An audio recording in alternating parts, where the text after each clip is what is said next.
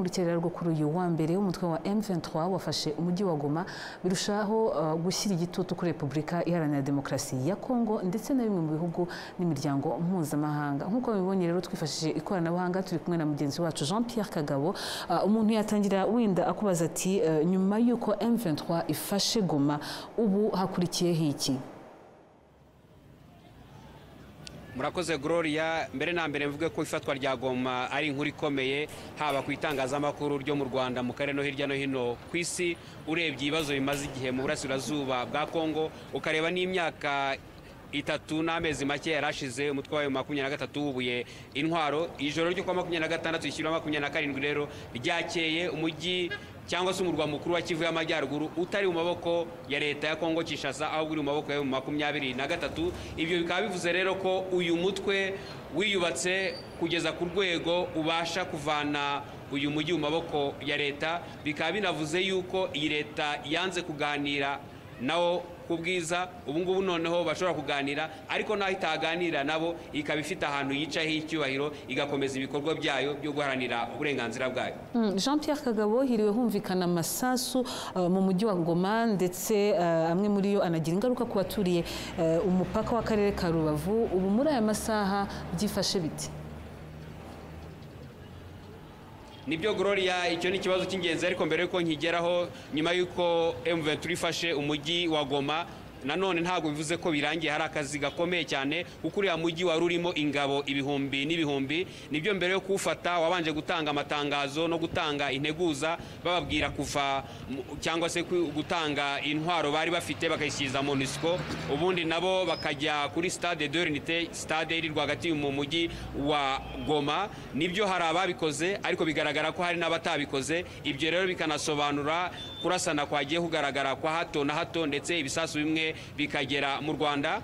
Nanabikoresha mvuga kuki warumbaje utibyiriwe bitewe umujyi wa Rubavu. Mu mujyi wa Rubavu abaturage bari mu ngo zabo, bari mu mirimo yabo, ariko nanone ibibera ku rundi ruhande rw'umupaka ntabwo bibuze kuba babitekerezaho, kubera yuko iyo ibisasu bivuga ndetse bimwe bikagera mu Rwanda bikaba byagize naho bigiraho ingaruka. Ibyo ngibyo birumvikana yuko ari ikintu bagomba gutekerezaho, kandi bigatuma batekereza ku buzima bwabo n'uburyo babwitaho, uretse ko bagize amahirwe cyangwa se n'imikorere isanzwe uko bari kumwe n'inzego z'umutekano n'inzego zegereye abaturage muri rusange. Rero umuntu akaba yavuga yuko ibintu bigenda biba byiza kurushaho. Yego hiri humvikana amasasu, hari nabo yavukijwe ubuzima, hari nabo yakomerekeje, ariko ubu tuvugana amasasu yatangiye guceceka. Wenda icyo twakibaza ngo harakurikiraho iki, ibyo nabyo ni ukubihanga amaso. Jean-Pierre Kagabo, tugana ku musozo, nyuma y'uko umujyi wa Goma ufashwe, bamwe mu basirikare ndetse barunabikomoje ho bahungiye mu Rwanda. Wowe wababonye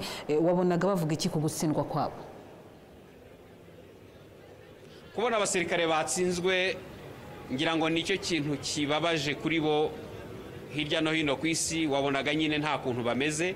Bamwe bari bavanyemo impuzankano zabo za gisirikare, abandi ubwo bari bazambaye wabonaga utazi uko bameze, ubona yuko bagize gucika intege rwose mu buryo bugaragara.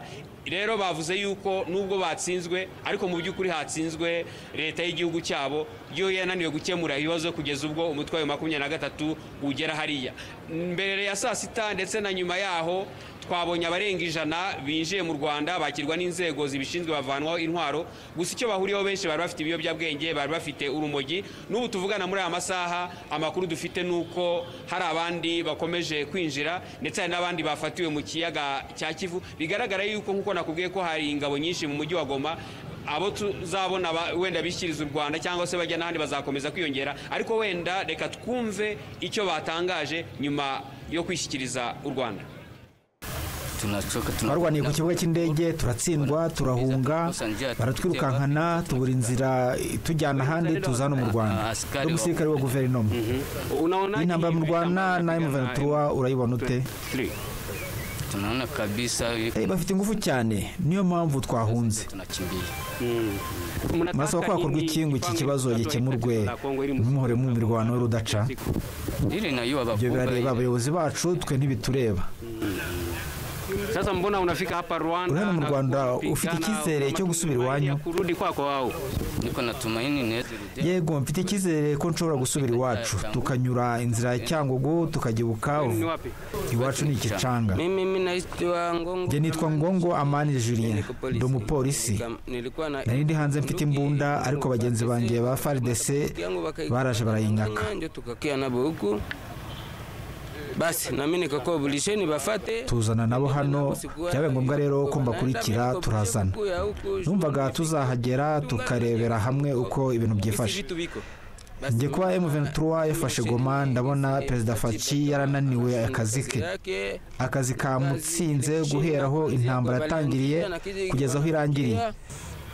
Batu ya Goma kazi na bashinda Igoma akazi kabananiye, abajenerali barabohereje akazi kabananira, none twebwe abaturage ba Goma natwe abapolisi byabaye ngombwa ko twishyikiriza u Rwanda.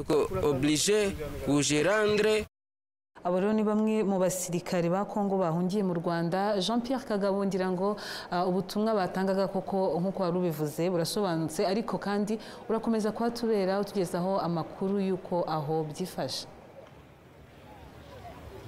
Murakoze cyane.